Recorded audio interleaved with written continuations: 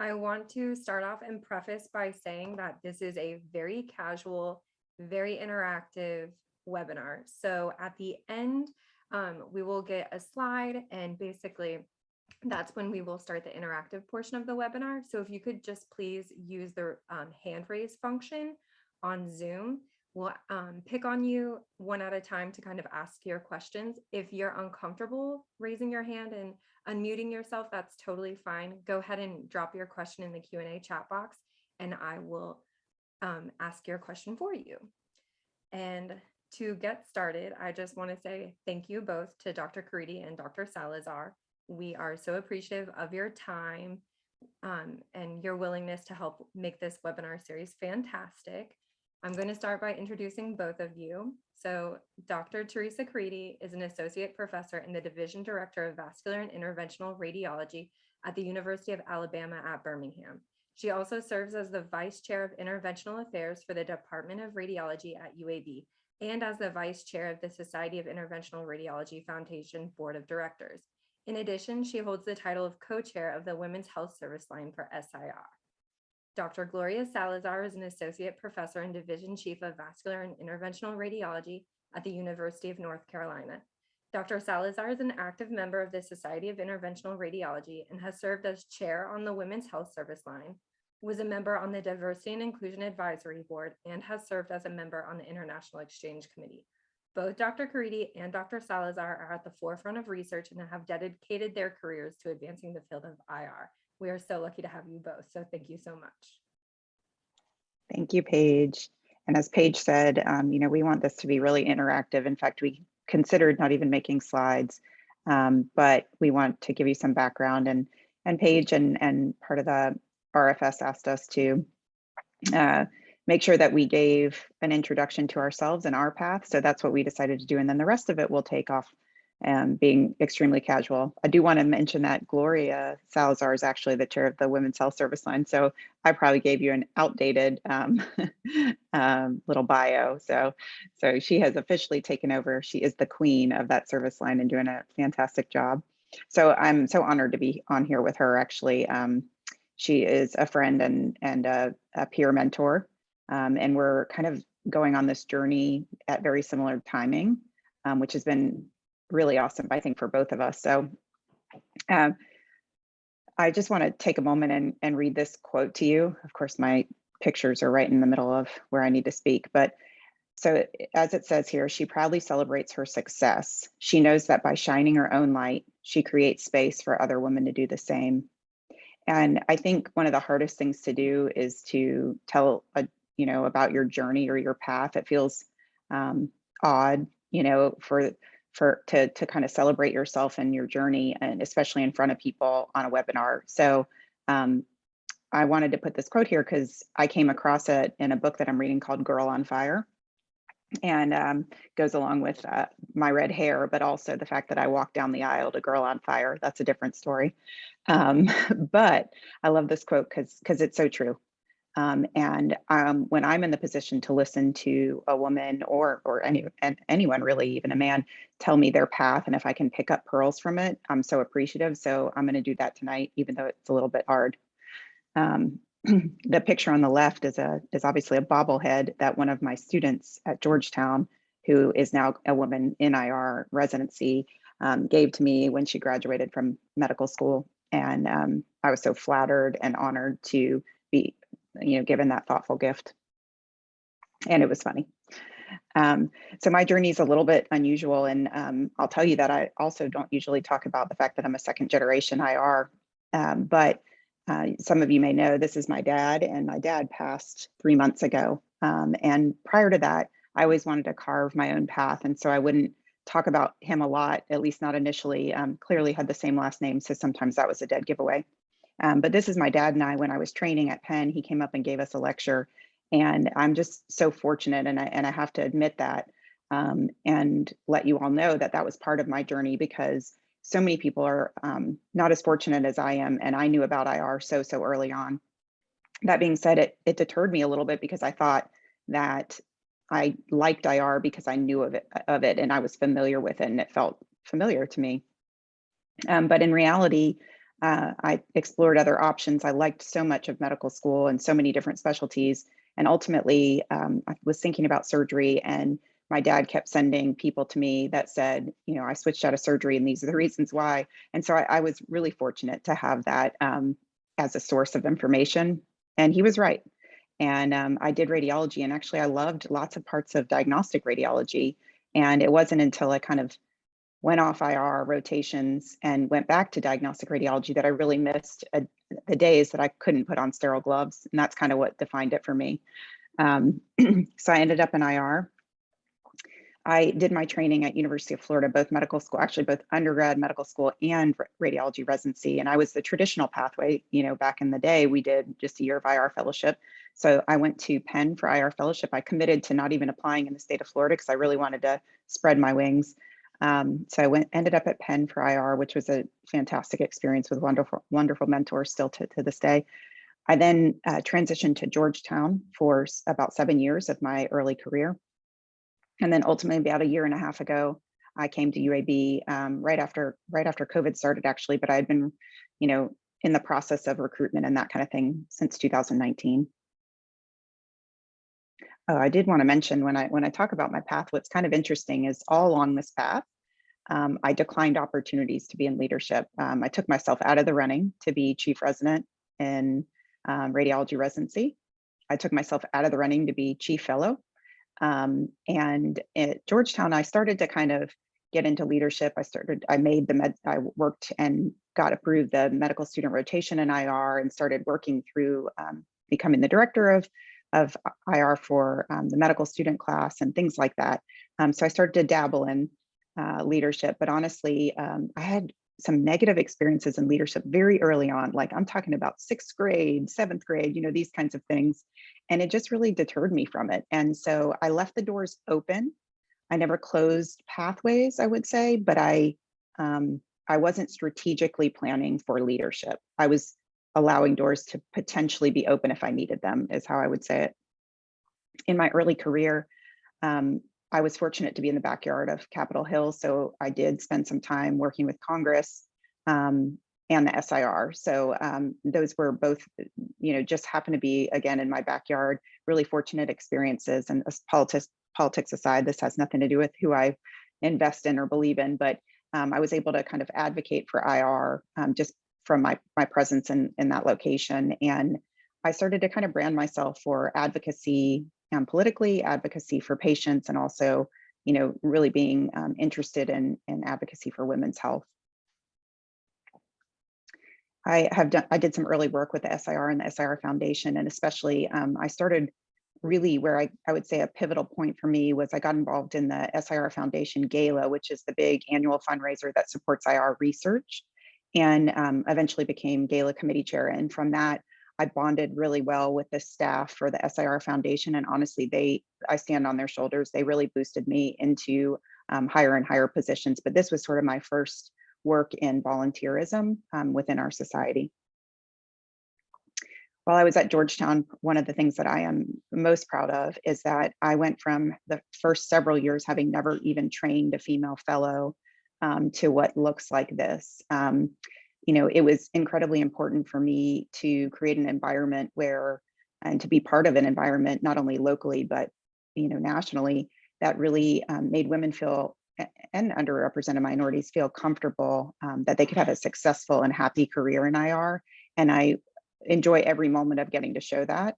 But this picture on the right is at a wedding, obviously. And all of those women are women who I trained or are still in residency, and who, you know, I got to spend a little bit of time with. I admire all of them in so many ways. And I'm just thrilled to continue to be mentors to them. And honestly, it's a bidirectional mentorship. Also, while I was at Georgetown, I had these two. They thought PPE was cool before it was in vogue. So this was pre-COVID. They used to come to my office and put on the PPE, and everybody, of course, loved them. This is Corinne and Jude. So yeah, so I just to give you kind of an idea, I had both of them while I was early attending. And I know we may get into some of those discussions. My first real sponsor, although I met lots of mentors along the way, my first real sponsor was Sherry Cannon. She recruited me to UAB, and she just essentially emailed me when back in 2019 to garner my interest in considering the chief job at UAB. She was so impactful when I met her, and a lot of other reasons that I enjoyed the Birmingham area and enjoyed many aspects of UAB, but she was pivotal for me. She really made me feel like she understood me. She understood what I wanted, and helped me get clarity in that, to be honest. When I arrived in Birmingham, this is what I looked like. It was very interesting. I committed to coming to UAB President's Day weekend of 2020. So that was about 2 weeks before COVID hit the United States. So, and in that exact same time frame, I found out about a surprise third baby on the way.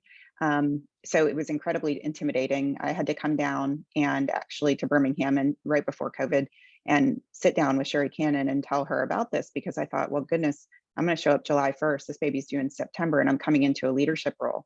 Like, this is a crazy thing to even consider, you know? And her response was, that's life. These things happen. You want to go get a beer? And I was like, Sherry, I'm pregnant. And I continue to tell her that story to this day, because it was just, her reaction was so funny. And we had planned on going out to have drinks and dinner right after we met that day. And so she just, it didn't dawn on her, and she just moved right on. It didn't even faze her. But Juliana has since been born. This is my family of 5. She's now 1.5 years, so she definitely doesn't look like that. She's running around like a maniac. But this is our family. The history of IR at UAB, these are the previous chiefs or directors. And so you can see times have changed. The man on the far left is Fred Keller. For those of you who are familiar with IR and the history of IR, he's won a gold medal, which is the highest award in our society. And he also has a award named after him because of his extreme philanthropy. We give out the Fred Keller Award every year at the SIR Foundation Gala. So an interesting kind of sequence of events to follow in his footsteps. When I showed you this picture before, that's actually Fred Keller. And I was shaking his hand as bringing him up on stage to present his award. And what's really interesting is, for those of you who don't know who this is Charles' daughter, who's considered the father of IR. And Fred Keller went on to the Daughter Institute to spend the rest of his career after he left UAB. So I always say that I'm hoping that I have some greatness inside of me just by like osmosis between my dad and Fred Keller and Charles' daughter. There's got to be something in there. So hopefully I even have a percentage of their greatness. This is where I am now at UAB IR. What I love about, so many things about UAB IR that I love, but one of them is that we're on the 6th floor radiology there, which is different than any place I've ever been before. I think it's brilliant because as a Floridian for 30 plus years, I need sunshine in my life. So this is where we reside and where we work from. I actually stand in this kind of skywalker bridgeway most days to kind of absorb the sun as much as possible. And so that's been my journey. I will say also, I repeat this slide, and the reason why is because before I showed you sort of my pedigree, right? And I think that I would argue that the people that you meet along the way are just as important, if not more important. At least in my career, they've been more important than my pedigree. And so I start, here down the left corner. That was when I had to do the film panel. If you all don't know what the film panel is, go to SIR annual meeting. You basically get up and get quizzed in front of thousands of your not so best friends, your colleagues. So I did that as a first year faculty, which was really crazy. Luckily, we did this hockey theme and we had beers on stage, which was pretty awesome. The right next picture is my colleagues at Georgetown, who I have to say are still like my family. They were early mentors and peer mentors to me, and really just people that were some of the best colleagues that I could have ever asked for.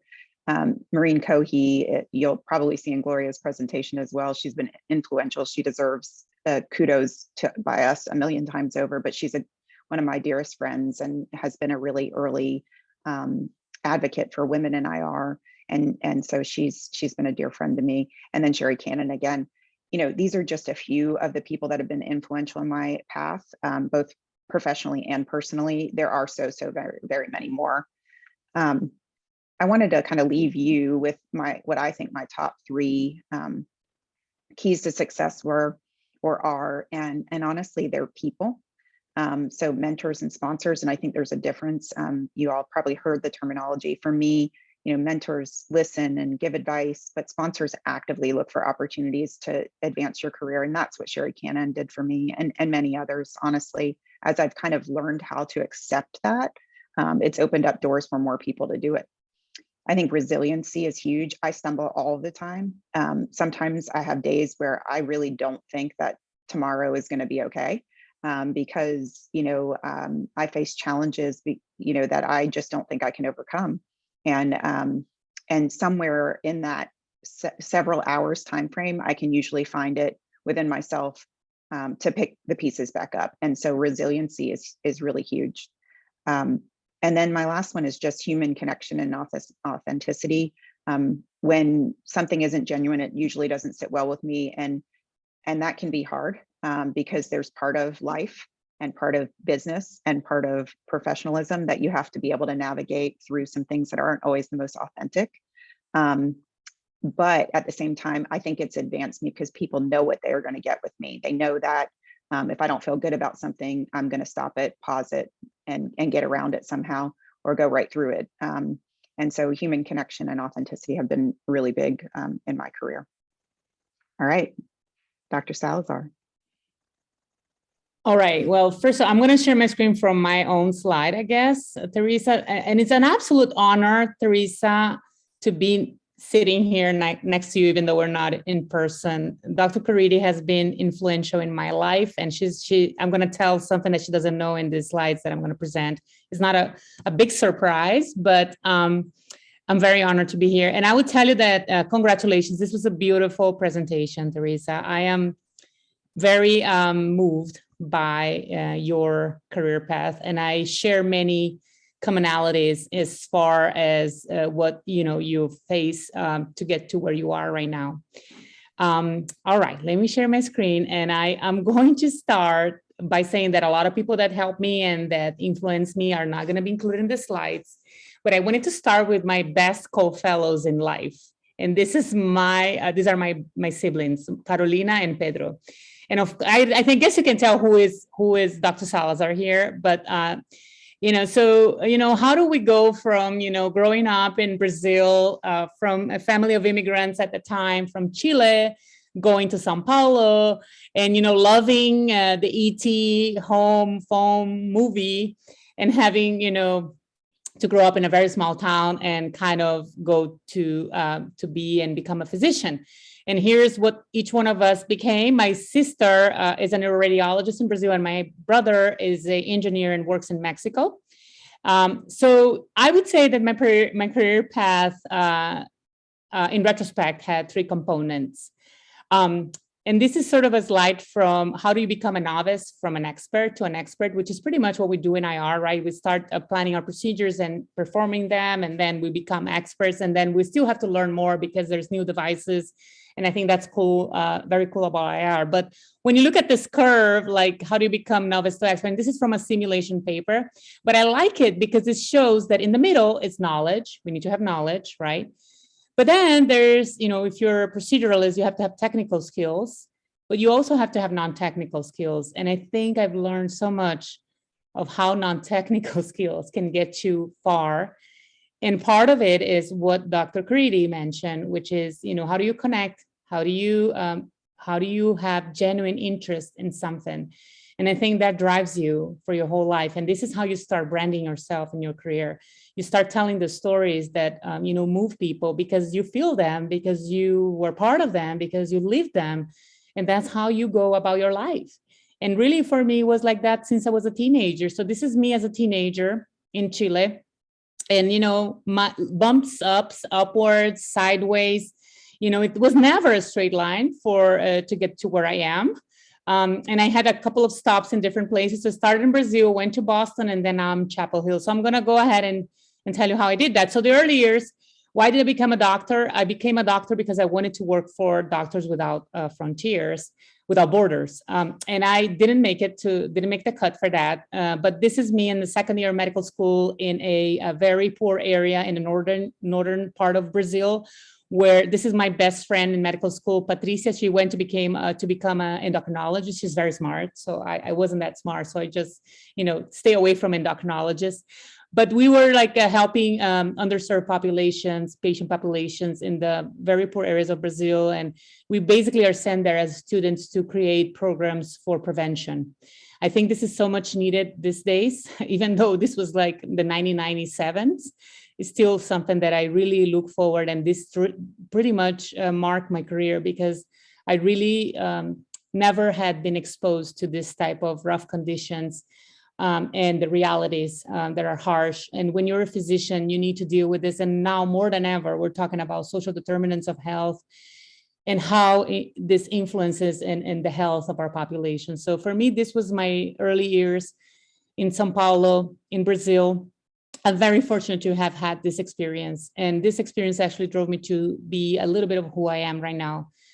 In Brazil, I met during my residency program. I had similar experience as Dr. Caridi. Everybody wanted me to be the chief and to be this, to be that. And I had a horrible leadership experience as a chief resident in the radiology department in my university in Brazil. And I learned so much with that. And that really tainted the whole thing for me because I was like, I don't want to be chief anymore, ever. And here I am. Being the chief of IR and taking other leadership positions, but that happens, that's real. Thank you for sharing that. I didn't even remember that I had a bad experience in leadership and I was avoiding it altogether. And then I go back to sort of the connection. So in that residency year that was horrible for me as first year chief resident, a lot of people helped me, a lot of sponsors, but the one person that helped me the most was my senior resident, Dr. Fantuk. And it's because of him that I'm here right now speaking to you. Dr. Fantuk was my senior resident. He was planning on coming to the United States to work for a doctor of viral language, I'm going to introduce shortly. He started his career at BIDMC in Boston, and he's still there. He actually was a fellow at the Bethesda Deaconess Medical Center, and he called me one day in the end of my radiology residence to tell me, Gloria, I know you always wanted to come to the United States, and now I have an opportunity for you as a research fellow to come to the United States. Do you want to come? And so that was the phone call of my life, because I've always told him when I was on call with him in the middle of the night, how I wanted to be in the United States, how I always wanted to be a doctor in the United States. And he never forgotten me for that. And we worked together in a lot of projects too. So he knew I was committed and I was hard worker. So he's my sponsor, mentor, and friend. Very honored to have worked with him. And because of him, I'm here. And then because of his phone call, I moved to Boston the day after the Patriots won the Super Bowl, and this was February 6th. I'll never forget that because I was at the airport waiting for my plane to go to Boston, and a lot of people coming back from Super Bowl like hungover and whatever, and I'm like, oh my gosh, what is this? I don't even know what's Super Bowl. I don't even know the rules. But it marked I showed Tom Brady because I think Boston is an amazing city. I really embraced the culture and the sports culture as well, and it was fun. And then Dr. Elvira Lang was my very first female mentor sponsor, because up to that time, I was only mentored by men. And just because in Brazil, there's not a lot of women in leadership, at least in the areas that I was practicing. And that Dr. Elvira Lang gave me the opportunity of my life together with Dr. Fantuk. And she sponsored me to come to be a research fellow and then to become interventional radiologist fellow at the Bethesda Deaconess. And this is how I started my career in IR. And so I spent a couple of years at the BI, and then I moved to the MGH in 2008. And here's Dr. James Strahl, who basically was the person who changed my life, together with Dr. Stefan Wicki. I was given an opportunity of my life at the time that it was very hard for me because I had my dad passed away during that time, the exact time, 2008, when I started at MGH, and it was very, very hard. Dr. Strahl was amazing. Dr. Strahl and everybody at MGH was amazing. I got to work with Dr. Tanasulis and Dr. Goldman at the same time. And Dr. Strahl gave me an opportunity of leadership that I think shaped my life to be where I am right now. And the opportunity was to become a QA chair for the radiology department and deal with a lot of problems that nobody wants to solve. But I learned tons of leadership lessons within that position. And I'm very grateful to be 12 years at MGH. So when I was going about my life at MGH, I met Dr. Caridi, and then I met a lot of other people in my life. But during the time at MGH, I became a mom, and this is sort of the reality for me. I know it's beautiful to say, like it's wonderful to be a mom, but I was exhausted. This is me on vacation with my 6-month-old, but I promise you, it's amazing, because then all I wanted is to take Enzo, my 12-year-old now, to a conference, and we went to Barcelona, and we had the time of our lives. I went to present at a meeting, and then we had fun as a family, and we love soccer, so we were at the stadium here watching soccer games. And that also shaped my life for other things that I didn't expect to be actually enjoying the podium. This is Dr. Haskell. Many people invited me to give talks during my career. I mentioned Dr. Haskell because he started this whole thing about extreme IR, and I think it was exciting to present. And if you get invited to present at extreme IR, I guess you can present anywhere, because it's really like you're presenting a terrible case or a case that didn't go well. And then the reason why I show this slide is because he later on invited me to do something different, to do something like inspirational IR and add SIR. And the reason why he invited me to do that is in his email, he said, Gloria, you are perfect for this. You care, you do all this amazing work, and I know you'll be perfect at speaking. So my point in sharing this with you guys is that you need to be yourself. I've always been myself, and I know, it's sometimes it's just a matter of being authentic. It's just showing your true values and what you believe in. And I think a lot of people, just like Dr. Caridi said, they get what I am. Like I'm like this, and there's no hiding, or there's no sort of different sort of me's. And this is Theresa, this is Nadine, and others, PJ, and Mary Constantino, and Janice, and of course Parag, and all of them influenced me in many different ways, and I learned so much from them. Theresa specifically influenced me because I had this fear of becoming a leader, I guess, because of my experience early on in my career. But then I was exposed to also leadership within MGH. And at that point in my time, during my MGH years, about 3 years ago or 2 years ago, before COVID, I was like, should I go for the next step? And then all of a sudden I received an email from Dr. Caridi, who had changed her email to become the chief of IR. And I kind of knew something was going on, but I wasn't sure. But then when I saw that, yes, she is the chief of IR, she's becoming the chief of IR. And I'm like, this is exciting. So, we are making this change. And not because, we didn't work hard, we did work hard. It's just the nature of IR right now. And I was so excited to see Theresa to go for a leadership position, because I think it influences us. When we see women at the top, we're like, okay, we can do this. And, I hope this is what we're doing here today. And I know it's taken a long time to talk about my whole thing, but the game changer for me, aside from all these amazing people that helped me along the way, was Dr. Maureen Cohey. And I met Dr. Maureen Cohey in a meeting a couple of years back. And she was a game changer for me, because one day I was thinking about moving to a leadership position, and she called me and she's like, oh, I have this position available. Do you want to apply?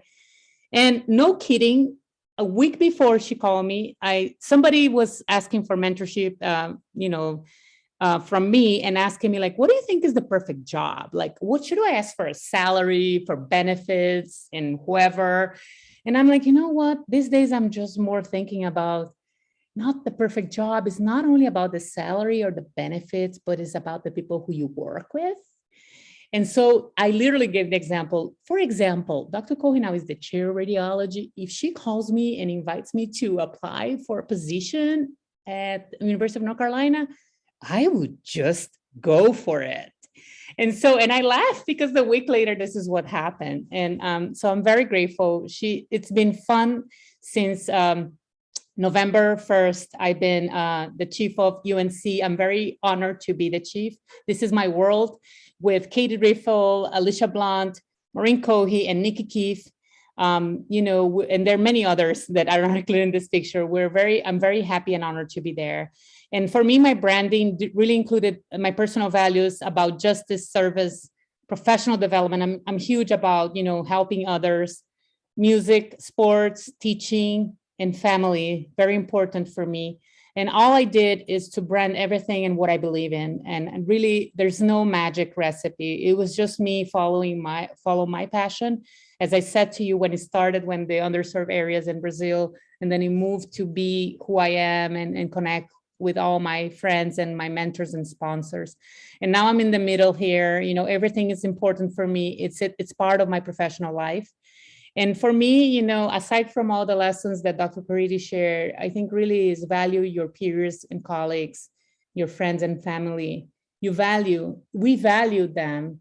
We value every specialty. In IR, we deal with every specialty, with every colleague. And for me, that has been the recipe. I value everyone, especially my husband who's here, because if without him, I wouldn't be where I am. And, you know, we're going to talk a little bit about tips about how to manage, you know, everything, work-life balance. And that's what I wanted to share with all of you.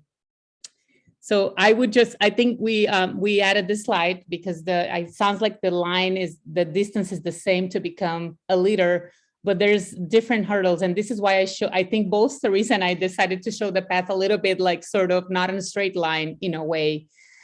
So I would stop sharing and see if in the audience we have any questions, and we can start sharing the other questions that we prepare as well. Thank you all. Gloria, that was so good.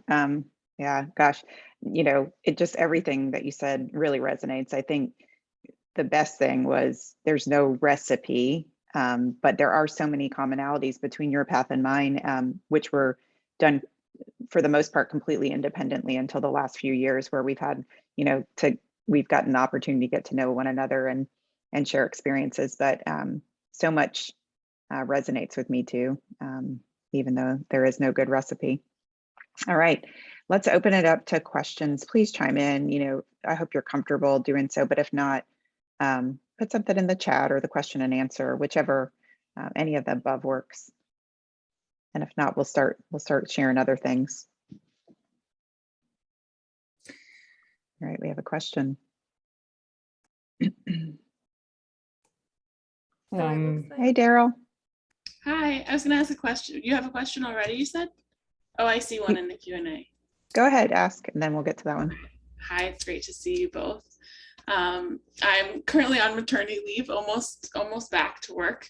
And I have a question. So you both are, you know, people that I aspire to be like one day. And you sort of fell into your roles, I guess, as leadership. You were saying you didn't, you know, want to be a leader in the beginning, and then now you are. I guess if you want to be a leader now, already, what skills would you say are really important that we could begin developing early on, if we see ourselves, you know, in your position, or we want to be in your position one day later on? I'm glad you asked that, just because Gloria and I both kind of took more of a circuitous route to understand ourselves and understand that we actually want to be in leadership, or that we could do well in leadership. You know, that's not the case for everyone. And especially as the newer generation of IRs and women in IR are exposed to different things. When I applied for fellowship, I could literally tell you like the 10 women in the country who were applying for fellowship in IR. So things have just changed. To go to a place and interview at a place where there was a woman in IR was so unusual. So I think what's happening, you know, is that your generation and subsequent generations are going to have a lot more exposure and be more intentional about wanting to be in leadership. I think we just couldn't see it, you know, to some degree. We didn't see an example very often.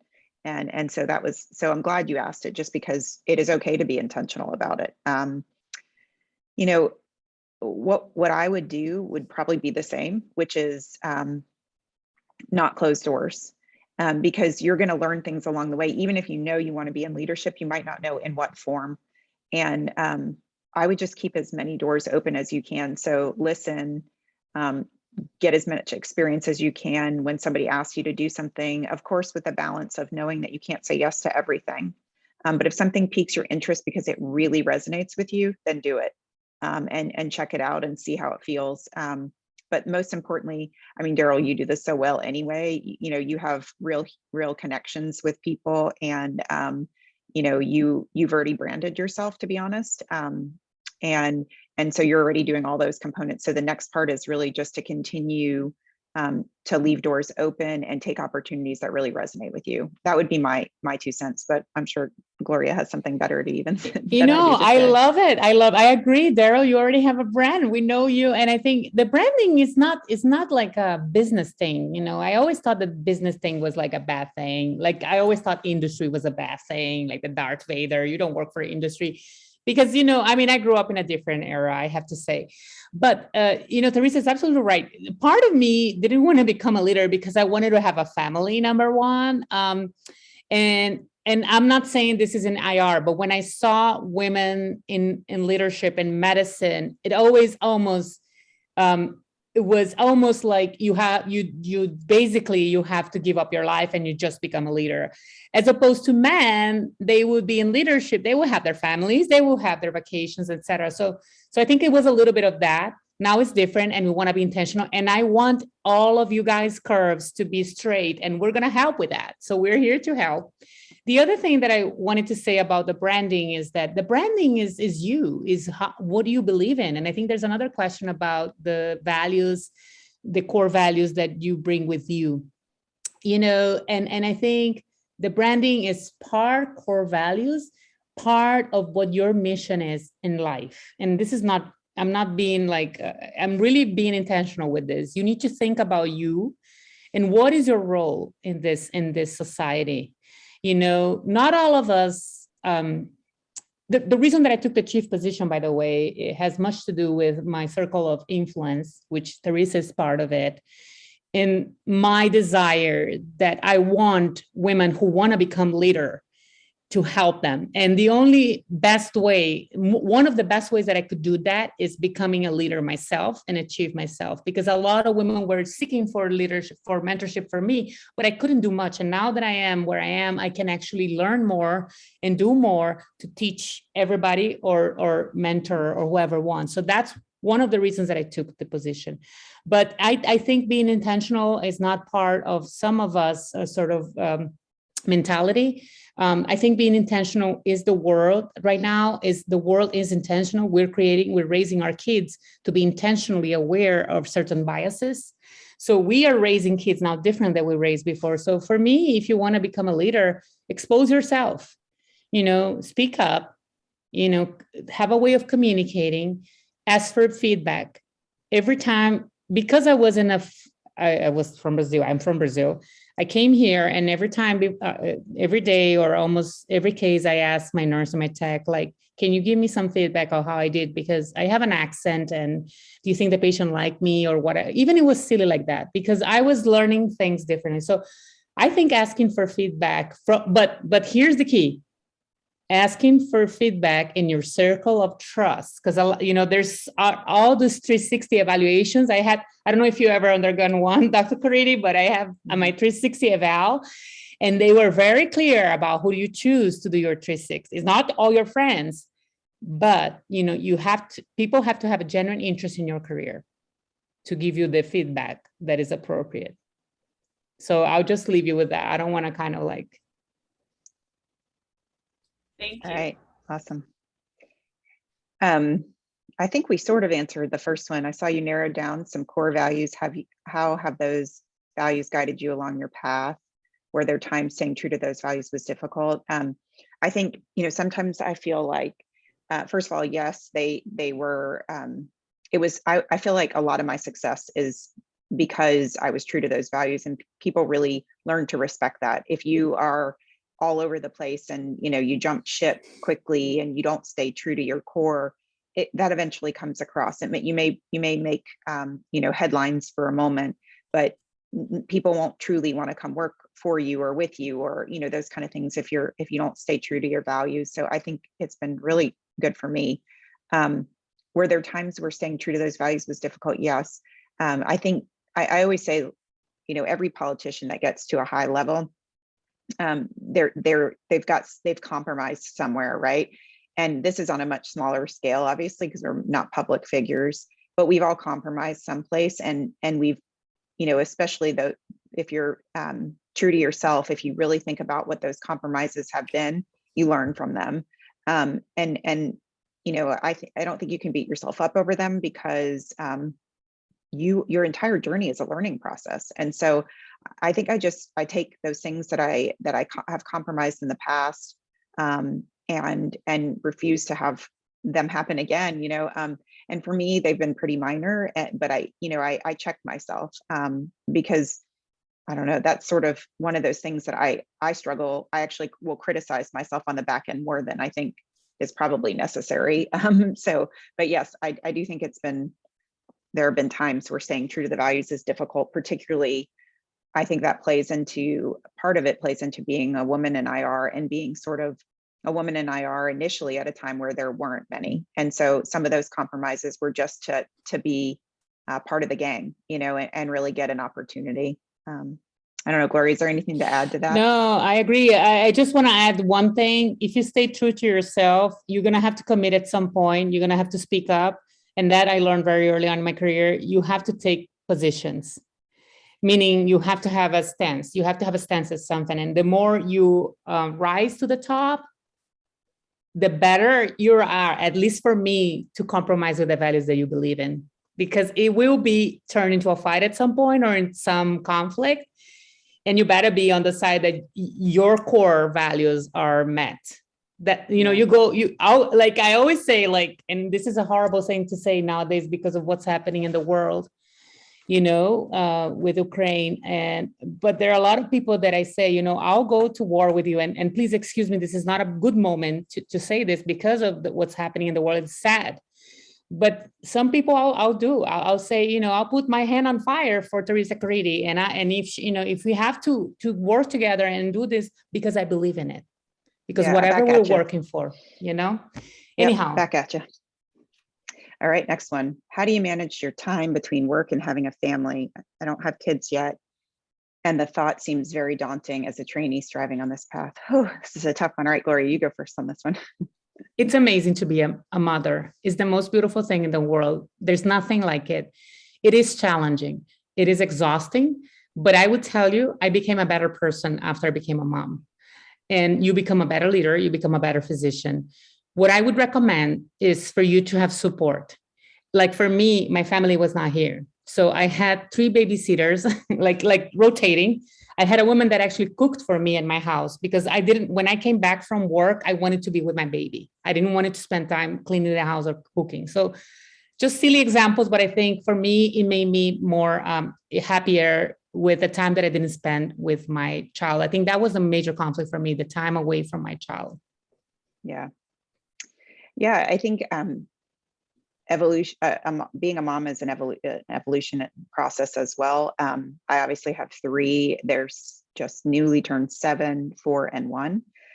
So my life is insane. I call them the 3 hyenas, and they truly are.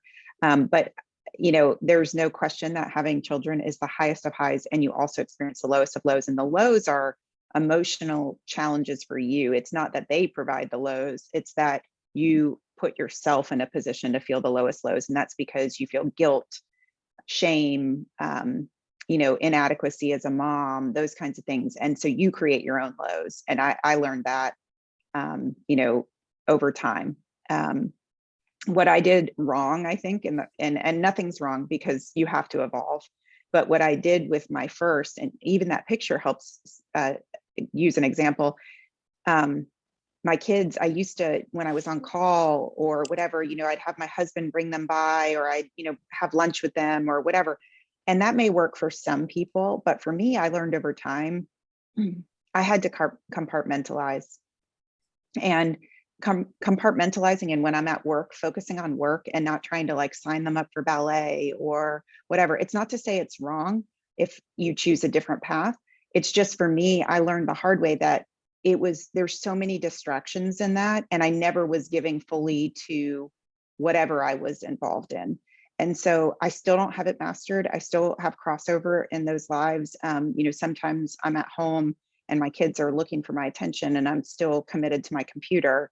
I still make those mistakes all the time, but I am more aware of full separation and sort of what works better for me.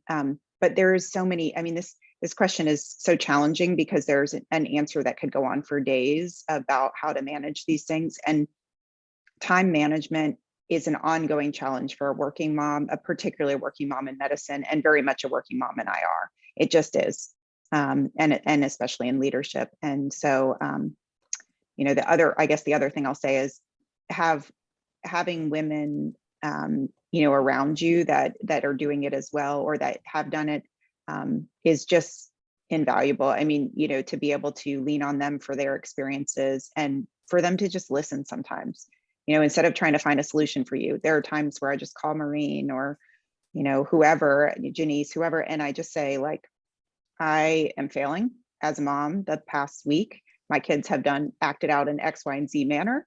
And I just need to tell you that I'm failing. And she's like, okay, you know, that's okay. You're failing. And, you know, the brutal honesty, and that's okay sometimes. That's great. I agree. Having the support system around. I think Paige has a question, and also there is another question about imposter syndrome that I wanted to address. But let's go with Paige first, and then we can talk a little bit about imposter syndrome. I had a question about how do you navigate being assertive and direct, but not being perceived as rude or condescending. I feel like as a woman, so many people, like my nursing staff or whatever, they're like, at first you seemed so serious and kind of standoffish, when in my mind I'm just being like dedicated to my patients and hardworking. But they're like, you're so much nicer than we expected. And I think if I was a guy, I would just be normal. That wouldn't be a thing. But as a woman, it's like I'm almost perceived as a B word just because I'm assertive and I want the best for my patients and I'm very direct. Yeah, I don't know that there's a woman who hasn't experienced this, especially in IR. You know, I think is really interesting, Paige. I had a female trainee that did this better than I did. And it was so interesting because that's when I talk about like role reversal, when your juniors become your mentors sometimes. She was in my picture before. Her name's Afechi. I would love if she was on here, but she's not. She would go into a room as a fellow and she could command respect and the room and not ever be perceived as a B word. And it was so interesting because I just watched how she did it. And I never really, I think part of it was her personality and you know, her wording and different things. But I started to, with her and with Sherry Cannon, I've started to pick up phrases that help me segue certain conversations that could be difficult. Or when I need something from someone and it could be perceived as I'm being demanding or, you know, things like that. And I really worked on my communication. But the reality is, like, no matter how much you work on it or you have those tools, it's the other person who needs the tools, right? It's the other person who needs to recognize it. And so the only thing we can really do in that regard is continue to, you know, mentor one another into being, you know, having comfort in who we are and being true to ourselves the way that we talked about before. I think it also just takes time and team building and relationship building with staff to really get there. We've talked about this on another similar webinar where, remember, Sarah White and I were asked about, do you talk about your kids at work? And, you know, I do, but usually, you know, I keep it brief, show a picture of the recent birthday party or whatever. And, you know, over time, people start to ask you about them. And once those relationships really build and they care, and they're showing genuine care for what's going on in my personal life, I will share enough with them to show my human side. And because I love sharing things about my kids, but I also ask them about their families. And so over time, those relationships just evolve and those things get more less difficult, I think. They also get less difficult as you age in your career. I would say a young female early on is the most challenging time. I agree with everything was said. That's beautifully said. I just want to emphasize the value of communication skills. I actually was trained to give feedback because I took on leadership positions that required me to do that. And I would say that if you're struggling, you know, talk to whoever is your boss, say, hey, I want to do this leadership course or whatever. That really helps a lot. And I also want to add to it that I grew up in an environment, a medical environment in Brazil, and even in IR here in the United States, as male dominated. And I often found myself acting like them, like men.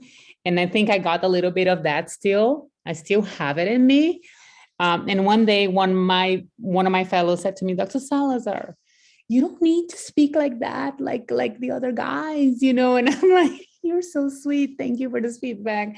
But it's like that, you know, I think I got a lot. And even in medical school, all my group was men. Like I was always around men. So I think I almost became, so that was a challenge for me personally. And also sort of the emotional part, I think it's also important. I think sometimes you're going to be really upset. And I would recommend you not to write any emails, or even if you write them, keep it to yourself, like just save them, just write it until it cools down. And then you can actually address, because that's also communication skills. You want to be able to convey the information, you know, so that people can understand, so you can promote change. But that's all I wanted to say about this. So there was a question about imposter syndrome, and I just briefly, I shared an article here. All of us suffer from, I mean, I suffer from it my whole entire career, and I probably still suffer from imposter syndrome. For those of you who are not familiar, it's basically this sense or this thought that you are not good enough for the job. And I think one of the questions that Theresa and I had prepared for you guys is like, you know, there's a job posting and there's 10 requisites and you fit 8 of the requisites to be in the job, or 10 of the requisites, let's say 10 of the requisites. So they want this, and that, and you meet all the criteria to actually apply for the job, but you still feel like you're not going to get it because you're imposter. How did they give me this assignment? How did they invited me to talk at SIR at whatever podium? How is that I don't deserve that, or I'm not good enough? So that happens to all of us, to many, not only women, but also men, as well as if you are a minority, because you don't see those people in the podium. You're like, oh my gosh, something must have been wrong. Like how come they invite, a Latino woman or, African-American, whatever. And this article we wrote because this was a session at RSNA, of all women's leaders, and how we tackle this. So my thing for you is like, everybody's going to have it and it's going to repeat itself. So in that article, I talk about the 5 R's. So first of all, recognize it. So recognize that you are experiencing imposter syndrome. So sometimes it happens to me when I'm in a multidisciplinary conference, like with the surgeons in particular, that I'm like, oh my gosh, I'm going to speak next. And these are like all the surgeons that I work with and whatever. And so I get a little bit like antsy because I'm not a surgeon, but I am a surgeon, I guess. I'm an interventional radiology surgeon. And so you recognize that you manage, you reconcile your feelings, you start getting more rational. So the second R is rational thinking. So you have the imposter syndrome, you say, okay, no, I did this, I'm qualified, I know what I'm talking about, I'm not just here by chance. I worked 10 years in this field of expertise, so this is why I'm talking in the podium, this is why I'm here. And then you reframe your thinking, you're like, okay, so if let me envision myself presenting this talk and being successful, or taking this leadership position and being successful. And then you start, kind of calming down and say, okay, now I'm ready to perform the task. Because if you do have this feeling of imposter syndrome when you're acting as a chief, or when you're giving a talk, or when you're part of a working group, when you take a leadership position, even if it's not a chief position, you will probably be your own worst enemy, in my opinion. And I've been there. And I don't want this to happen to anybody anymore. And this is why I share very openly about this. And so please, all of us, let's just make sure that we're rational about what we achieved, of what we know, what we can deliver. And all of us have a value, all of us. And this is in the book of Pete the Cat, like the book for children. I don't know if you like Pete the Cat, but I love Pete the Cat. And one of the books said, everybody, don't be sad, don't be blue. Everybody has something to give or to do, so all of us have a different role. And if they invited you, it's because they want to see you speak. You are the boss at that moment. So own it. Oh, so well put. Yeah. Gloria is the expert in discussing that. I think it's really strange how we continue to experience it despite being able to counsel others around it. I was on a call today and I was invited, it was 6 of us, to form a new working group. I don't know if you all know, but in the urologic guidelines, so the AUA guidelines, PAE is still listed as experimental. So I was one of 6 people, experts in PAE/urology, invited to be in this group and discuss, like, how do we move this forward? How do we get these guidelines to be up to date with what's actually happening? And the very first person to speak was a female who is on the guidelines committee. Like, she's essentially in charge of, she's the chair. And she was pretty aggressive, and she actually called us. She said the IRs in her department or in her hospital are technicians. And she said, she told the story about calling, her IR in the middle of the night recently. Patient had a dirty UA and had ureteral obstruction, and he refused to put in a nephrostomy tube. And she said, how does a technician who doesn't follow their patient, tell me that? And it was, I couldn't believe I was like experiencing this. And she's further in her career. She's super well published, very talented individual. And here I am having to sit there and listen to this. And then none of the other people spoke up. So I said, unclick. And I said, I found it within myself to tell myself I was qualified to be there, and that I could steer her in and her thought process differently. And I just allowed myself not to be intimidated by it because of exactly what Gloria just said, which is I was asked to be there for a reason. I had input, and it just so happened that she gave me a great segue. So I took advantage of it. And I said, that's so interesting. At my institution, our relationship is so collaborative. And when our urologists have a bleeder because they did a TURP and the patient's bleeding, while they're clinicians and they follow their patients, they sometimes need us. And when we have a PAE complication, or we have a, whatever it might be, I just made it relatable, and it turned everything around. It was like a very fruitful discussion after that. So if I hadn't taken the opportunity and hadn't had the guts, to be honest, to kind of run myself, as she continued to talk, I ran myself basically through what Gloria just said, the R's, I ran myself through it, and I was ready. And I would never have done that a year ago. I would not even, it wouldn't even have been a thought in my head 3 years ago. But, I've been in these meetings now. I've established intros to communication that allow me to not stutter as much. I don't have a stutter, but I often stop when I know that I'm going to say something that's controversial and I have to rephrase. And I've gotten ways to get conversations started. And that's been one of my biggest tools, is having those conversation starters that allow me to say something like, well, I'm going to push back on that, and say it nicely, but I'm going to push back on that. So somebody knows I'm being clear that I don't agree, but it's not, I disagree with you. It's, well, Sherry, I appreciate what you're saying, but I'm going to push back, and I'll tell you why I'm going to push back. And those conversation starters are, to me, worth everything. I would just recommend the next webinar to be communication, because this is extremely important. It's not just, everything we're talking here, like there is a way of communicating, and there's many styles, and, so yeah, I mean, we only have 1 more minute, but that should be the next, or if I may give an idea, because really there's so many aspects of that. There's one more question. Yeah. Yes, about fit into the boys club. Is that the question? Are you reading the same thing? One, but I think we also skipped one from a little while ago that said, it's kind of similar, but talk a bit about your experiences pregnant and as new moms pursuing careers in IR. Gloria, I was on call until the 7th month of my pregnancy. I did a TIPS at 6 months when I was pregnant in the middle of the night. And that was the highlight of my career. I did it with a big belly, and I didn't let the fellow do the puncture because I wanted to be out of the radiation. It was hard, but it was better. I wasn't attending. So I had my fellows were the best, by the way, that year that I was pregnant. It was the happiest time of my life. But then when when Enzo was born, it was like, oh my gosh, how do I do this? How do I do that? A little hard, but Theresa, you did it 3 times, so yeah. And I mean, obviously I just did it recently. I